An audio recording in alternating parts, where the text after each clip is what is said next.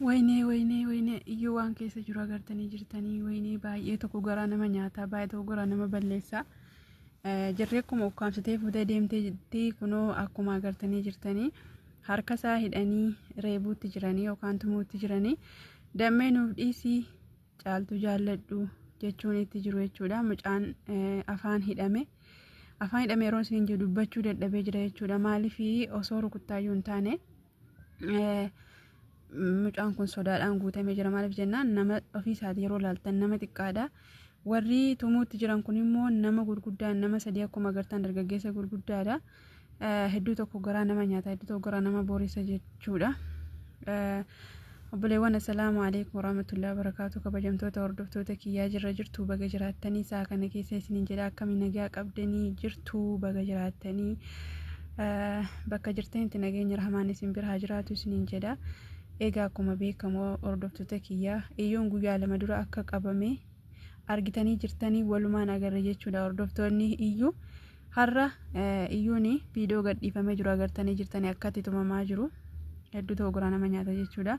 Ilmi namaa maallaqaaf jecha hanga kana garaa walti jabaata jechuun waan hedduu nama ajaa'ibu waan hedduu nama dhibu jechuudha. Akka amantaa keessanitti waaqa kadhadhaa fi abbaa rabbii irraa kadhaa kana irraa fuudhu hin beekanii rabbiin harka isaaniitti si haa baasu jedha kadhadhaa fi isiniin jedha. Nulleen ni kadhannaa fi ilma namaati waan ta'eef oromummaa walitti qabna afaan tokko waliin dubbanna waan ta'eef waaquma haa kadhannuu fi rabbiin haa kadhannuu fi dhugaa rabbii dubbachuu fi namni keenya yookaan immoo ilmaan oromoo jechuudha hedduu garaa walitti jabaachuudhaan tokkoffaadha sadarkaa tokkoffaarra jira jechuudha. Nama yoo miidhama keessatti si ilaalu nama yoo dhukkubsate dhukkuba keessatti si ilaalu nama yoo rakkate rakkina keessatti si ilaalu ilmaan oromoo qofa kaniti ilaaltee agartu jechuudha. Eessatti iyyuu taatu kan wal miidhuu kan wal baddaluu kan miidhaa kee qofa si barbaadu jechuudha. Ilmaan oromooti eessatti iyyuu kan hin argu jechuudha ilmaan oromooti. Maaliif akka ta'e hin beekne kan walitti nama bitee wal miidhu ilmuma oromoo yookaan immoo kanuma ani oromoodha jedhee oromummaa himatu afaan oromoo dubbatu akkasitti wal miidha jechuudha. Silaa osoo oromummaa ta'e kasi miidhu kun oromummaa ta'e oromummaa isaaf na miidhee lammummaa biraadhaaf na miidhe jetta. Garuu amma immoo lammii tokko ta'a yaani maaliga amantaa tokko himataa yookaan immoo oromummaa tokko himataa uummanni keenya wal miidha jechuudha. Keessumaa ijoollee adaamaa jiraatan oromoo adaamaa keessa jirtu kan yuutuubara kan irratti argaa jirru jechuudha. Ka keessaallee egaa hin beeknu kan wal miidhaa jirus yoona hinuma jira jechuudha hin dhabamu. Kan akka mucaa kanaatti miidhamaa jirus dhoksaadhaan kan rakkataa jiru baay'eedha jechuudha. Garuu kun miidiyaa irratti ba'ee argame malee kan dhoksaadhaan qaaman beekamneen ukkaanfamee akka ta'u ta'aa jiru hedduudha jechuudha kan nuti quban qabne. Garuu maaliif akka garaa walitti jabaatamu kun naaf hin galle. Dhugaa rabbi dubbachuu fi ijoollee koomentii jalatti dubbataa jiranillee maal jedhanii maaliif uummanni adaamaa kun maaliif akkas walitti garaa jabaataa jedhanii ijoollee yaada kennataa jiru jechuudha. Maal dhuguma adda baastee gaafa laaltu achumatti miidhaan heddummaata jechuudha. Ijoolluma keenya walruma afaan tokko dubbatu miidhaa walitti jabeessa jechuudha. Kun garuu maaliif ta'e har'a iyyuun nama afaan isaa dubbatuun nama oromummaa walitti qabaniin birriidhaan namni itti bitamee akkasitti mucaa xiqqaa kana miidhuu jechuun hedduu tokko namatti dhagahama. Kan ammoo dhiisaadha namni obboleessa qabu namni obboleessa wajjiniin dhalate qabu ilma dhiiraa akkas godha jedhee yaadu. Kun dhiirummaa miti. Namni tokko dubartiidhaan dhiiratti bitame yookaan dhalaadhaan dhiiratti bitame maallaqaan dhiiratti bitame dhiira akka isaati akkasitti baddaluu jechuun kun dhiirummaa miti. Maaliif jennaani kun bakka yaani waanuma jettu si dhabsiisa jechuudha. Waanuma jettu si dhabsiisa jechuudha. Maaliif ree namni tokko dhiira akka isaati akkas godhuu jechuun nama sammuu hin qabne moo nama yaada hin qabne si jechisiisa. Amma dhalaanis akkasuma bakka tokkotti gaafa laallu dhalaan akkuma seetii akka waan obboleettii garaa tokko keessaa waliin hin baaneetti yookaan immoo obboleettii tokko waliin hin dhalanneetti dhalaama akkaseetii miite jechuudha. Dhalaanis amma dhiirri dhiiruma akka isaati yeroo akkasitti baddale yeroo akkasitti miidhu hedduu tokko nama yaachisa. Maaliif namni kuni dhiiraa waliin hin dhalanne nama jechisiisa jechuudha. Namni tokko yoo dhiiraa waliin hin dhalanne iyyuu fira qabaachuun mala, fira dhiiraa jechuudha. Ittiin dhagahamu xiqqoo tokko ittiin dhagahamu maallaqa har'a itti fayyadamee daqiiqaaf sekoondiitti irkaa badduuf jecha nama tokko miidhanii bor maaliif nama seenaa ta'uun barbaachise. Abalu amma namni kun nama tume maallaqni inni isaan irraa fudhatan kun harruma dhumti yookaan bor dhumti yookaan hanga yeroo muraasaatti fayyadamanii asumaan dhumti jechuudha. Har'a garuu wanti kun immoo seenaa taate isaanitti hafti. Gurbaa yeroo akkasii mucaa akkasii tume fa'aa jedhamee irratti chaappeeffamee hafa jechuudha. Maqaa ta'e itti hafa. Maaliif maqaa hin bitanne? Maaliif namni kun maqaasaa hin eegganne? Maaliif namni kun seenaasaa hin eegganne yookaan seenaasaa hin tolfanne? Nama jechisa jechuudha. Hedduu ta'uu gara nama nyaata. Kaleessaa obboleessi dammee waan jedhee agartanii jirtanii miira keessa galee aaree jira jechuudha. Yeroo an mana hin bayinaa isiniin jedhu nan nageessanii, yeroo an mana keessa taa'aa isiniin jedhu nan nageessanii, kunoo wanni isinii hime jedhee aaree dammee bakkuma seenteessutti dhiisee biraa deeme jechuudha. Akkuma agarree waliin ilaallee agarreetti dammeen miira naasuutiin guutamtee irraa dubbataa turte jechuudha. Iyyuun bakka inni jiru hin beennu, eessatti barbaannaa, eessa akka isaan buusan hin beennu jettee yeroo isin obboleessaa waliin haasofte obboleessi illee eessatti hin barbaada ati ka'ii galii jennaan ani hin galuu asuman ta'a jettee turte.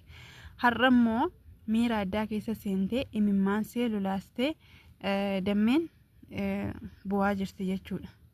Wal boosisuu, wal unkuruu, wal miidhuu kana maalumaaf barbaachise?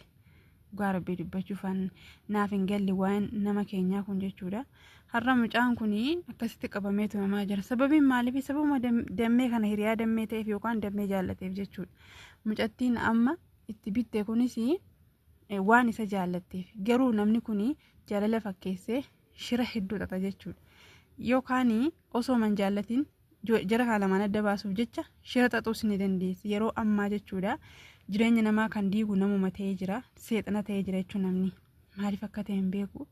Ilmuma namaa kana seexana ta'ee bultii namaa diiga. Ilmuma namaa kana seexana ta'ee nama wal jaallatee jiru karaa barbaadeen akka isaa mijateetti akka isaa ta'etti nama kana adda fageessa. Maaliif akka ta'e garuu naaf hin galle. Yookaan mucattiin kuni caaltuun kun kaayyoon isee dammee fi gurbaa kana adda fageessuu barbaaddeeti natti fakkaata. Namni tokko lafumaa kee akkasitti nama jaallatee nama dukkaan maraatu. Yoo ta'es jaalallee nama maraachuu kun bar yoo dhiisa numa dhiifama. Beekuma nama kana yookaan adda fageessuuf nama kana walirraa fageessuuf yookaan jaalallee nama kanaa yookaan hirummaa nama kanaatti hinaafanii kana gochuun maaliif barbaachise? Hedduu tokko nama ajaa'iba. Warri maallaqaan bitaman kun immoo maaliif maallaqaan bitaman? Akkuma beekamu iyyuun rakkoo guddaa keessa jira ammallee jechuudha. Cinqaa guddaa keessa jira. Reebamaa jira. Akkuma ilaaltanii agartanii gurbaan naa waliin dubbadhu natti haasa'ii si waliin dubbachaa jira miti maaf na jalaa callistaa jedhee kakkabalaa jira jechuudha. Mucaan kun ani yeroon akkasitti kabalu inni cal jedhee mataa gadi qabatu garaa na nyaate wallaahi. Namni tokko gaafa garaa jabaatu hinuma garaa jabaata. Yeroon akkas ta'u kan akkamitti garaa hin laafneef jirri kun? Warri akkatti rukutan kun maaliif garaa hin laafan? Moo maallaquma isaan fudhatan san garaa jabeessime? Garuu dhugaa rabbii hedduu tokko nama ajaa'ibaa, hedduu tokko nama dhibaa, hedduu tokko nama yaachisa jechuudha. Kanaafuu daawwattootaa fi kabajamtoota kiyyaa warri viidiyoo kana daawwattanii akka afaan keessaniitti yookaan akka amantaa keessaniitti kadhannaa godhaa fi isiniin jedha akka rabbi isaan harkaa baasu, akka rabbiin zaalimtoota yookaan immoo warra isaatumaa jiru kan harkaa akka rabbi baasutti akka amantaa keessanii kadhadhaa fi isiniin jedha. Nutis akka amantaa keenyaatti ni kadhannaa fi maaliif miidhaan nama tokko miidhaan namni miidhamaa jiru tokko jechuudha. Nama dhukkubsaa Oromoodha waan ta'eef Oromoo akka keenyaatti waan ta'eef miidhaan nama kanaa nu dhukkubsaa. Namni miidhaan mucaa kanaa isin dhukkubsee, namni rukuttaa mucaan kun rukutamaa jiru isinitti dhagahamee isin dhukkubsee isin yaachise jechuudha. Rabbi si haa baasu, achi keessaa rabbi si haa baasu jedha.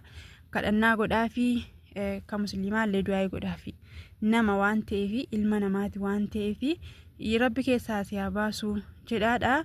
Rabbi kadhadhaa fi isiniin jedha. Nutis hanga dandeenye rabbi si haa baasu jennee ni kadhannaa fi warri amantii biraallee akka afaan keessanii yookaan akka amantaa keessaniitti irra deebi'ee rabbi si haa baasu harka jira kanaati rabbi si haa baasudha. Maaliif jennaani akkuma ilaaltanii agartan bishaan baaldii guutanii yookaan sikii guddaa guutanii mataa mucaa keessa kaanii hedduu tokko diraraa jiru yookaan hedduu tokko rakkisaa jiru.